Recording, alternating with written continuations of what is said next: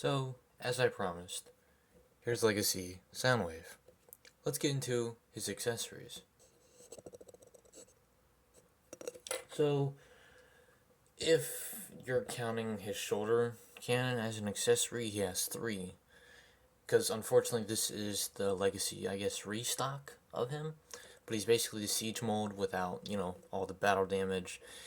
And he doesn't have Ravage and Laserbeak. I'm trying to get those too. He needs them. I must. But yeah, he does come with his, usual firing weapon, except for I don't really know what this is called. I'm sorry, but it looks like how it did for the masterpiece, like where you had to just pull it out. And yeah, surprisingly, mine's not tight on some people's copies, and he also comes with this unusual weapon that people weren't really sure of why he came with it. It can, flip out and make kind of like an RPG sort of gun, but I mean this just turns into a battery, but kind of looks like a drink cup of some sorts. And if you want to commit a sin, you just take off his shoulder cannon to make another one of these cup things. Yeah, I'm just gonna put that back. Let's get into his articulation. So for SoundWave's articulation, he has a ball joint at the head, which can look up that far and down that far pretty well. It can do a full head rotation. His arms can go out that far, and they can go back about that far. Or he can just do a full rotation around the whole way. He does have a waist swivel. He has a double jointed elbow, which is always nice. So he can always get that kind of pose where he's pushing the button on his shoulder if you get the position right. And yes, his chest is open. It's spring loaded, which I kind of don't like, since I want to animate some of these figures now, which I'm getting to that. But it's a feature. It's there. You can move the shoulder cannon around. It does have a little hinge on it, so it can be pointing up to where he's looking, which is always nice. But yeah, like I said, he has a waist swivel. You can move up the hip skirts about pretty far, and he has quite the kick. Kind of wish it went up a little bit more, but it's alright. He has a 90-degree bend, which looks a little bit more than 90. And then he has a thigh swivel. And his ankles can pivot, not terribly a lot, but it's there, and I'm happy it is there. You can kind of curl his hands in a way, kind of using the mold, which kind of looks nice in a way, but I don't really use that joint often when posing this guy. So, speaking of his size, let's get into size comparisons. For size comparisons, here we have Legacy Toxitron, the Screaming Devil himself, City Series Coronation Starscream, my previous review Kickback, Beast Wars Tarantula, the big boy himself, G-Axis, and finally, Studio Series Megatron.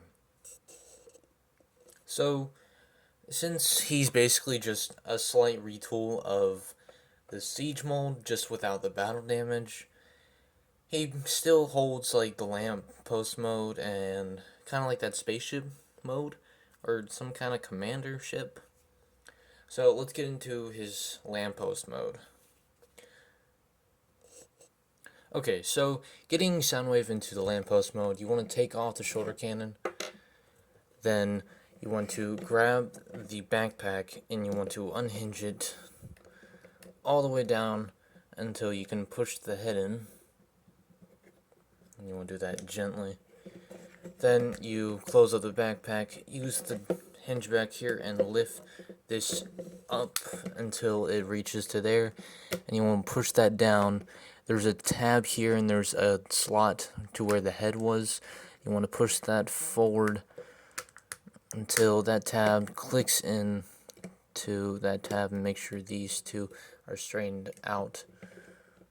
So now there is a tab that is untabbed here, and I do not like that very much.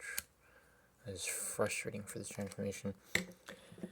So now you want to take the arms, rotate them back, bring the hands in, then you want to rotate these down, then kind of rotate these to the side,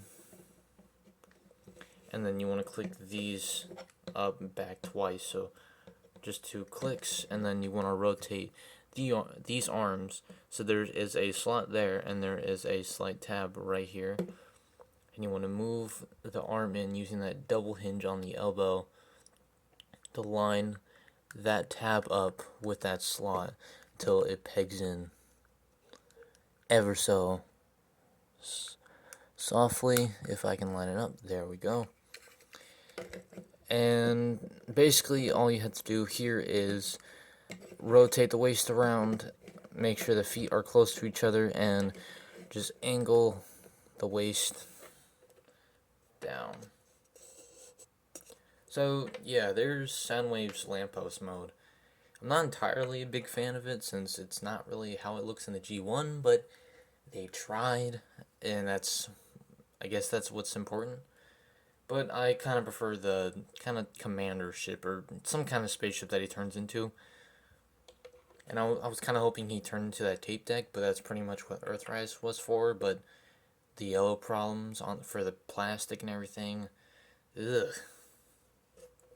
But I do like the lamppost mode. It's not terrible. I mean, at least they included it as something. But it's alright. I mean, you can have it like in the background as like some sort of disguise of some kind.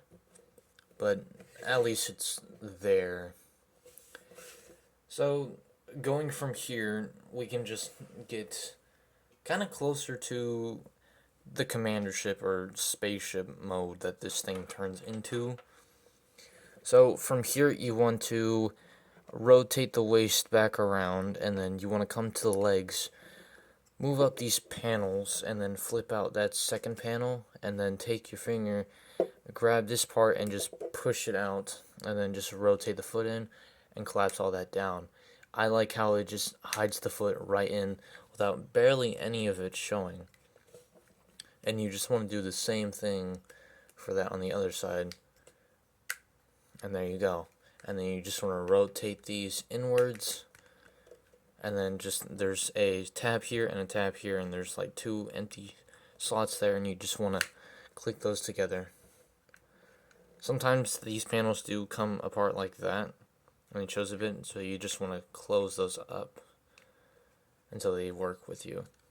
Now there's a slot here and there's a peg there, and you just want to move that up, line it up, and just peg it in to there, and just squeeze it all together to make sure it's secure. Now you want to come to the arms, pull them out, and rotate this all the way out. Keep the hands in and just rotate the arms down. So just do the same on the other side, and it should be looking like this. Now you want to grab the waist and just untab it, and then you want to rotate all of this down, but do not tab it in yet. You want to come to the arms and just untab them from the waist at the shoulders. So just do that for the other side. And then you want to come to the bottom, rotate them in, but don't tab them into place just yet. And you want to take these gray parts, rotate them back to kind of make the landing gear. Now you want to grab these parts of the backpack, pull them out and rotate them to the side, lift this up, and this is optional if you want to. You can take this little part, rotate it up, and you get like this little antenna that you have. You want to use that same slot that you did kind of for the lamppost mode, just with these out and the antenna there. The button for the tape deck is still functional there, so it doesn't really render that any at all. So you want to take the arms, all these tabs, and slots are going to go into each other. Then you want to grab the waist here, lift it up, and make sure these parts tuck underneath that blue part there, and that cockpit lines up with that gap that was there, and all should fit snugly together. So yeah, you want to keep putting all of these into their correct slots, and you should hear 2 clicks whenever you tab these in, one for each side, of course. And you just want to make sure these stay in. And there you have in his kind of spaceship commander kind of spaceship thing. I don't know what it's really called, but you can integrate the accessories into this. So you can take his gun, and I put it on this, and then you want to take the shoulder cannon, and you just want to use that peg and put it into the slot there. Same thing for the other side, and then you can just use this gun if you want to. You just rotate it over to here, and there is a peg here, and there is a little tab on the tip of the gun there, and you just want to turn that around and just tab that in there. I mean, you can tab it, well, you can't tab it into the other side because of the antenna, so you can only tab it onto this one side, and it kind of looks out of place. And I normally don't really put that on for him for vehicle mode, so I'm just going to take that off there, like so. Now let's get into size comparisons. So for size comparisons, here we have Legacy Inferno, or Beast Wars Inferno. One of my oldest reviews, Twincast and Rewind. And here we have Skullgrim. Or Skullgrim. I don't know. I call it Skullgrim. So yeah, that was my review for Legacy, I guess, / Siege SoundWave. I do recommend you picking him up, and I do enjoy handling this guy. I know there's the upgrade kit, but I'm not really going to buy the upgrade kit unless it's like at a cheaper price or whenever I have the money for it. But that's been my review, and I'll see you in my next review. Peace out.